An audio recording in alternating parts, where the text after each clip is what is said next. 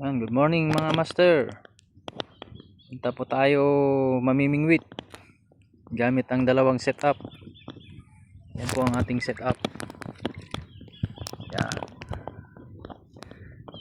Testingin natin yung dalawang pamingwit na yan kung makakapag-ahon siya ngayon ng malaking isda. Sana pala rin po tayo. Yan po. Ang time po ay 6:28 AM.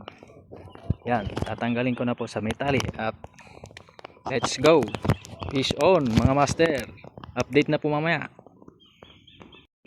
Good morning mga master. Nandito na tayo sa spot.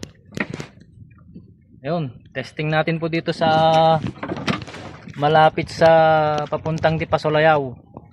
Yung pinagpwestuhan naming wit at saka naglambat nung kasama si tatay at saka si Johnny yung kapatid ko.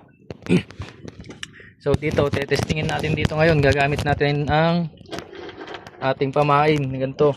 Yan, try natin kung effective to dito. Sana nga po ay sibarin naman ng isda. Yan po ang ating pamain. Yan, singit jig 210 grams. So ito po ang ating gamit na setup. Yan. Ayan master, na lang po, update na lang po mamaya pag nakahuli tayo. Sana pala rin po.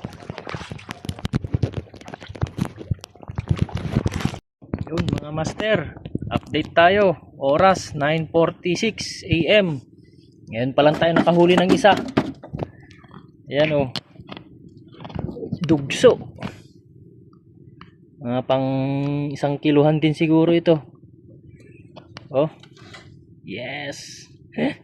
Lumipat tayo ng spot, naghahanap tayo ng spot. So dito, kadadrop pa lang natin, nakahuli na tayo kaagad ng isa.